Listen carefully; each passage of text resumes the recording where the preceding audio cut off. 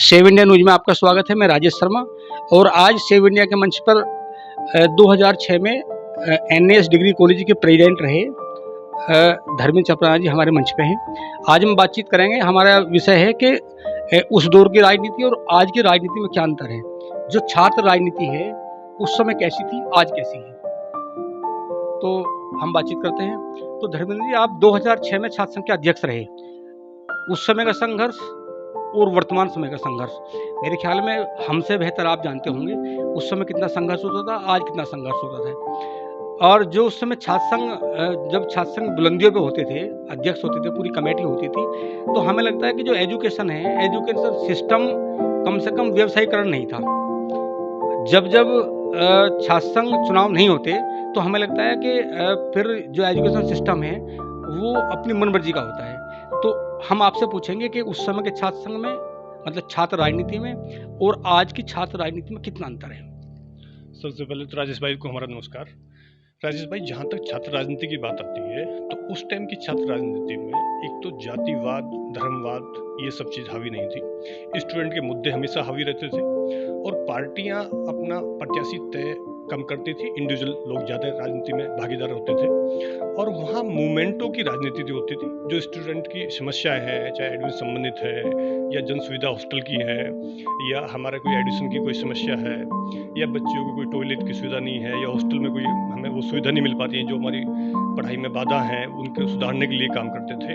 और आज की पॉलिटिक्स जहाँ तक छात्र राजनीति देखते हैं, अब तो कोई राजनीति ही नहीं हो रही छात्रों पे। आप देखिए छात्र संघ के चुनाव सब बंद हो गए हैं। किसी मूवमेंट में छात्र एकजुट नहीं होते थे। पहले पार्टियां सेकंड नंबर थी, छात्र राजनीति फर्स्ट नंबर पे थी। सारा स्टूडेंट पूरे जिले का, पूरे प्रदेश का आप देखेंगे कि एक मूवमेंट में छात्रों की लड़ाई के लिए एक मंच पाया जाता था। हमें अच्छी तरह से याद है, जब हम छात्र संघ अध्यक्ष थे तो यहाँ जितने लगभग 7-8 जो गवर्नमेंट कॉलेज थे, हर मूवमेंट पे हम लोग साथ थे छात्रों के हित में। बाकी अपनी अपनी पार्टी में कोई राजनीति कर रहा वो अलग विषय था, पर सबसे पहले हमारे मुद्दे छात्र हित में होते थे हमेशा।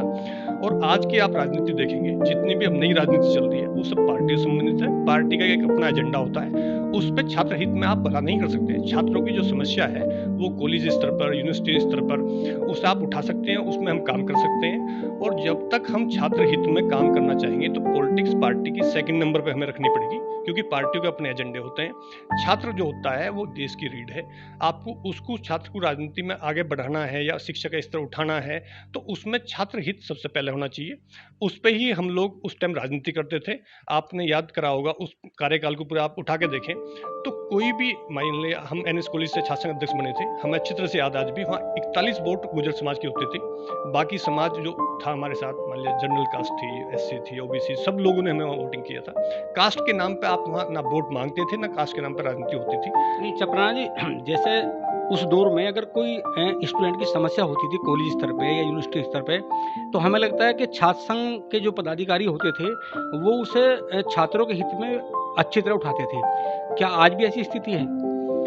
आज स्थिति अगर आप देखेंगे, जब छात्र संघ नहीं रहेगा तो मूवमेंट आप कैसे चला पाएंगे? जब तक प्रतिनिधि नहीं होगा, मान लीजिए जितनी भी सरकारें चल रही हैं, यहाँ एमएलए जो हैं वो हमारे जनप्रतिनिधि, ऐसी छात्र संघ राजनीति में स्टूडेंट के प्रतिनिधि, छात्र संघ अध्यक्ष, उपाध्यक्ष, महामंत्री, वो पूरा एक संगठन होता था जो आपके मूवमेंट लेके चलता था। वहाँ जो भी समस्या थी हम लोग उन पर पहले कॉलेज स्तर पर बात करते थे, फिर उसके बाद यूनिवर्सिटी स्तर पर बात करते थे। एक पूरा संगठन जहाँ जहाँ हम लोगों की पकड़ थी, छात्र संघ अध्यक्ष मेरिट कॉलेज रहे हों, छात्र संघ अध्यक्ष डीएन कॉलेज रहे हों या गाजियाबाद, आसपास जो भी जिले थे हमारे, सब में एक मूवमेंट चलाते थे, उस विषय पे काम करते थे, धरना देते थे और उस बात को अपने को मनवा भी लेते थे, चाहे सरकारी स्तर पे सही, चाहे आपका वीसी स्तर पे सही, यूनिवर्सिटी स्तर पे सही। तो ऐसा नहीं था कि वो मूवमेंट थे जहाँ हम अपनी बात रखते थे और वो बात मानी भी जाती थी लगभग। हाँ जी, उस समय अगर कहीं किसी डिग्री कॉलेज लेवल पे या यूनिवर्सिटी में अगर आपको ऐसा लगता था कि यहाँ शिक्षा का व्यवसायीकरण हो रहा है, तो हमें लग रहा है कि जो छात्र संघ के लोग थे वो उसमें रिएक्शन करते थे और विरोध भी करते थे। क्या आज भी ऐसा हो रहा है? आज आप देखेंगे हम लोग जो अब स्टूडेंट पॉलिटिक्स चल रही है, वो जो संस्थान चल रहे हैं हमारे यहाँ, चाहे बीएड के हो, आपका बीटेक कॉलेज हो, ये सब अब ये अपने छात्र नेता भेजते हैं यूनिवर्सिटी में अपनी बात मनवाने के लिए।